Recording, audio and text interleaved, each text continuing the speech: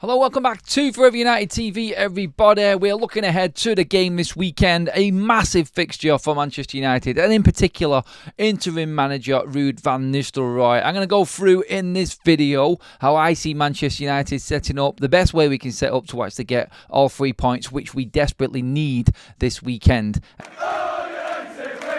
It is going to be a huge game. United-Chelsea, whenever we play, is a massive one always, but it's got added spice to it. Obviously, Maresca at Chelsea is the new manager in. He is definitely making an impact with that massive Chelsea squad. Ruud Van Nistelrooy, interim manager. He will be the second of 3 managers to manage Manchester United this season, because we know that Ruben Amorim is coming in. But right now, we have to wait for the Portuguese manager to get in the door at Old Trafford, and we've got Ruud Van Nistelrooy. How do we get the best out of this team that we've got right now under Ruud to get the result against Chelsea? That's what we're talking about in this video. Please do give the video a like, and I'm just going to ask you to do one thing, which is if you love United and think we're going to win, hit that subscribe button, everybody. Let's keep this positivity train running right now within this fan base. We need to get behind Manchester United on Sunday. We always do, and the crowd will be up for it. Will we get encouraged by what we're going to see, though? Are this Manchester United side without Ten Hag any different under Ruud Van Nistelrooy?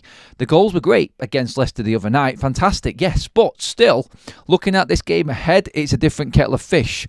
Chelsea lost in midweek to Newcastle in the Carabao Cup. We obviously beat Leicester, like I just said. But Chelsea rested nearly every single player. And the threat that Chelsea bring this season is there for everybody to see. You only have to look at the lineup that was in the previous game that Chelsea played against Newcastle, which was the Premier League game weekend. And that lineup alone, when looking at it, there's players that returned that weren't there last season. Obviously, under Pochettino, Chelsea were inconsistent, to say the least, last season. But injuries absolutely depleted that squad. When you look at the lineup, you look at what Chelsea... Let's, for instance, take the goalkeeper out of it. I think that's a weak point in Chelsea's side. So, shots on tap. Please shoot when you get the chance. I think that's how I would be approaching it. Sanchez, in that position-based style of play that Maresca likes to play, I feel is a weakness in that Chelsea side, and one of few, to be honest, because I think they are actually strong. And when I say players returning from injury, it's like last season we didn't see any of Wesley Fofana. He is now back in that side at Chelsea and a regular in their side. Reece James, he is back all of a sudden for Chelsea and playing again, the captain of the side. So they've got Reece James back, they've got Wesley Fofana back, then players that weren't there last season in that inconsistent spell, like I said, under Pochettino. You've also got Colwell in there, you've got Gusto in there, who are all playing well and have had decent seasons. Even when Chelsea have been beaten this season, they've played well. And they have carried a threat. The midfield is awesome. It is ridiculous. And this is where I think Manchester United struggle. And I'm going to go into United's side of things in a minute and how we counter Chelsea's midfield. But Chelsea's midfield, for instance, let's just go through who played in that Newcastle game, last Premier League game. I'm guessing these are going to be the same players that play against us, because they rested most of that team in midweek against Newcastle in the League Cup game. Neto in there, Madueke, Cole Palmer, Caicedo and Roman Lavia. Again, Lavia, another player that wasn't available to Chelsea last season under Pochettino. But Maresca has got everyone coming back from injury. Nicholas Jackson up front, who was labelled this... I don't know what the right label was to say Lavia was last season. He wasn't seen as a threat. He wasn't taken seriously, I don't feel. But this season, he's had a fantastic start to the season. When you've got players like Nicholas Jackson in form, hitting the back of the net with the pace that he's got and the skill set that he has got. He did everything right last season apart from score. Now he's added goals to his game. He's a definite threat for Manchester United. Cole Palmer, do we need to say any more? He is the main threat. He is the main man at Chelsea right now. He is an absolute world-class player. I've heard some Chelsea fans actually say that they feel they have got the best player in the world right now in Cole Palmer. And you can laugh it off. Yes, he's probably a little bit short, but who do we compare that's doing better than what Cole Palmer is right now? His numbers are off the scale. Again, scoring last week for that win against Newcastle in the Premier League. And Newcastle are a tough nut to crack. And they have got a decent side themselves. And Chelsea are winning these big games now. And like we said a minute ago, Chelsea, even when they've been beaten this season, have definitely been playing well and have caused their opposition many problems. How United line up, I don't know, because you only have to look at what Chelsea have got on the bench and what they've got in depth. Everyone knows they've got the biggest squad in the league. When you've got the likes of Jadon Sancho in this game alone, Jadon Sancho, Christopher Nkunku, who was seen as their main striker going into the season, but Nicholas Jackson, like I said, has just put him back on the bench. João Felix on the bench. Are we worried about Mudryk? Not really in particular. Enzo Fernandez, Adebayo. I mean, Enzo Fernandez on his own was put out the side last week by Roman Lavia. So this shows you the depth. When you've got Fernandez, when you've got Sancho, Nkunku, João Felix, all of these players on the bench for you, Cucurella, won the bleeding European Championships with Spain, can't get in Chelsea's defence last weekend.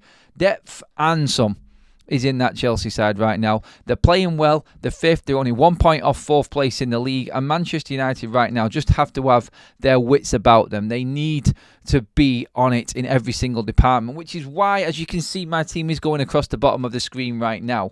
Why I feel we are going to go with that sort of double pivot. I think we need a bit more stability in the midfield, because Chelsea's midfield will run right through us. They will run rings around us. I'm convinced of it. If we go with one, if we isolate a Garte or a Casemiro or an Eriksen in that midfield, I think we just get absolutely battered. We get battered from pillar to post and we end up losing the game. It's just going to put a dampener on what has been a very exciting week and a positive week for Manchester United. I think we have to just hold our hands up in this game going into it as United fans and say, look, if we lose to Chelsea, then it shouldn't be seen as a really, really bad day at the office for Manchester United. Obviously, it goes on performance and how we actually perform in the game. If we put up a good fight and lose, then a lot of fans will be like, well, yeah, we're just not at the same spot that Chelsea are right now. But you look at the difference between Chelsea and United last season and where Chelsea are now, 1 point off the top four, really challenging, then it goes to show how poor United's start to the season has been. But when you look at what's happening this weekend, and if United do get that win against Chelsea, we're only 3 points behind the Chelsea side, who are seen in all circles within football, through punditry, through all of the different shows going on right now, as one of the better teams this season, and one of the better performing teams or more consistent ones. Then you've got to say that, you know what, we can turn this season around. I think it's a big step up for Manchester United from Leicester in the week. Yes, it's all right getting you 5 goals against the second string Leicester side in the Cup, but Chelsea full strength, which they are, going to Old Trafford, if you win this, then I feel like this sets up the season. It really does. And this is without Amorim in the side. And my lineup would be Onana in goal, as you can see at the bottom again. I think he's going to play Dalot on the right and Mazraoui on the left. He played Dalot on the right-hand side against Leicester in the Carabao Cup game on Wednesday, so I think he's going to go with it again. I like that. Dalot in his natural position. I think Mazraoui is I think he's better adaptable than what Dalot is, personally. And I don't want to take anything away from Dalot. I think he's done great on the left, but let's just get him on that right-hand side and let's just get him consistent in that spot. Mazraoui on the left, I feel that's where he will go. I don't think he'll change it up. I don't think he'll risk Lindelof on either of the flanks. I think we need proper fullbacks for this game because, like I said, Chelsea's threat is there in every single area. The whole front line, the whole midfield is dangerous. So I look at Chelsea and go, there isn't one particular player you can try and earmark to stop because they're all in decent form. If you try and take Cole Palmer out of the game, then a Lavia or a Caicedo will step forward. You'll have a Madueke in space then. You'll have Nicholas Jackson in space. There's too many players in the side, so you need to be combative and ready and have your best players on the pitch, I feel, for this Chelsea game. So the back four, obviously, with the 2 full-backs, will be Leicester and De Ligt in centre-back positions, obviously. Dalot and Mazraoui, like we said, either side. Into midfield, I think he's going to go Casemiro and Agate again, like he did against Leicester in the week. I feel like Casemiro will have the more freedom. Agate will be the deeper sitting player. And Casemiro is scoring at the moment. He's got 3 in 2. So whether you think he's a holding midfielder, whether you think he's actually not at his best at the moment, he's in form. And we need players on that pitch that are in form right now. And this is where it changes. I don't think he's going to drop Bruno. Bruno's obviously got 2 goals in the week. I think you could say he's in form. Eriksen did exactly the same thing against Barnsley, and it really didn't look back. It would be a shame to drop Eriksen out because he has been playing well, but he's going to play the captain. He's going to play Bruno. Look, Casemiro might drop out, or Agate might drop out, and he might have Eriksen in there. He might just do what Ten Hag did in chopping and changing his players all the time. I just feel you need that combative midfielder in against Chelsea. They're going to probably dominate the ball, and I think that ball over the top from Casemiro that he likes to play to our fast forwards, who will be, for me, Rashford, Højlund and Garnacho, I think that's what he'll be thinking. I think you need that player that is strong enough, experienced enough in that sort of combative role, which Casemiro is, alongside Agate. It's robust, it's solid, and then you've got that Casemiro ball over the top. I think that's what's going to happen. United won't be on the front foot, I don't feel. I think it will be Chelsea, and I think United are going to play them on the break. And with Højlund, Rashford and Garnacho on their pace, supported by Bruno, and maybe Casemiro sneaking forward as that extra forward from 8. I think that's how United are going to approach this. I feel like it's massively important that we are solid in this game. We don't give anything away. I think that's how it's going to go. We need to make this game tight. If we open this game up, we lose badly. We cannot go gun-ho. It's all right saying it's the United way, whatever. Van Nistelrooy's back. He wants to bring the excitement. Look, give me a 1-0 stinky win all day long against Chelsea at weekend. They are a very, very good side, and you cannot disregard any of their qualities at all. We are going to have to accept that they're the better side, and we're going to have to adapt our game to what quality they've got on the pitch. I think that is the only way United get anything out of this game. If we go toe-to-toe, yeah, we may score, but we will ship goals for fun. Like a second-string Leicester side scored 2 against this very same team, and they're seen as our first-team defence. Like, you've got 2 combative midfielders there, and I'm saying that they will hold the line, but we still conceded 2 to bleeding Leicester's second string. So, you see where I'm going. It's about the players and the tactics. We cannot be gun-ho.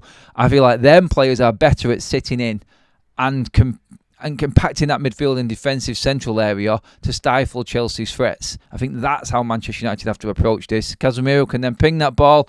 I think we have to go long and over the top at times. Chelsea will play a high line, as we know. And I think that's where Rashford, Garnacho and Højlund come into it. And I feel like they're going to be the key. You've got to take chances. It's important for United as well, because you only have to look at the fixtures this weekend and who's playing who. And we talked about how far United are away and whether this season was doable in terms of getting anywhere near the top 4. You look at the fixtures alone this weekend and you look at Brentford, who play Fulham. That's 9th against 10th, 2 players above us. 2 teams above us, one of them at least going to be dropping points. Hopefully, because that game's got draw rate all over it, both of them.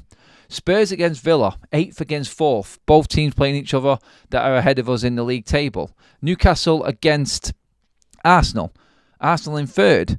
And let's not forget, that's Arsenal in 3rd, who are 1 point ahead of Chelsea, who we play. So 7 points ahead. Like, if Newcastle beat Arsenal, like, I know that Newcastle in front of us, but it just shortens that gap again to the top 4. And maybe it's just Liverpool and City running away with it. And Arsenal, maybe Arsenal are the ones that are going to fall off. Look, I think Arsenal will come back and still be challenging for the title this season. But that's, again, another team in front of us playing another team in front of us. And you look at West Ham in front of us in 13th against Forest in 7th. Can West Ham bounce off what they did to us and take points off Forest, closing the gap there? Brighton play Liverpool, 6th against 2nd. There's loads of teams in front of us that are going to drop points. We have to take advantage. And obviously, if we beat Chelsea, that's another team in front of us that's also going to drop points. So, realistically, what we're looking at is United needing to beat Chelsea in the way that we've said and how I think we need to set out. And obviously, there's going to be plenty of room for teams dropping points in front of us as well. And it could turn out to be a good weekend. I do want to make the point that I am not taking anything away from the Chelsea setup and the Chelsea team. I think they are a very, very tough nut to crack. And this is going to be a very hard game for United. If we lose, I'm not going to be surprised. If we win, I'll be absolutely buzzing. And here goes the season. Because I think we'll beat Leicester next week. And then we're into international break. And then in comes Ruben Amorim. And Manchester United move forward from there. Let me know what you think about this game ahead. That is your match preview for United against Chelsea this Sunday, everybody, here on Forever United TV. Get your starting lineup saying who needs to play well in this game. Do you agree with my lineup? Who is Chelsea's biggest threat? Can you pick one in particular? Because there's so many players in form in that team right now. Make sure that you do give the video a like. Make sure that you are also subscribed as well. Hit that in that top corner right there for the subscribe button and the other content up on the channel, which is up on your screen right now as well. Cheers for tuning in, people. I'll see you in the next video.